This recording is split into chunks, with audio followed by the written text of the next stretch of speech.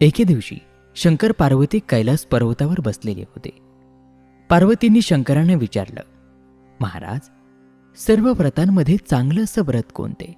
श्रम थोडे आणि फळ पुष्कळ असं एखादं व्रत असलं तर मला सांगा. आणि मी कोणत्या पुण्याईनं आपल्या पदरी पडले हेही मला सांगा.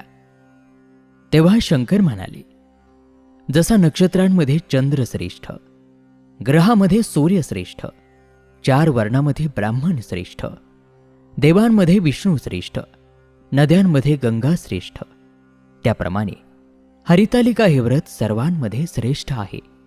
ते तुला सांगतो.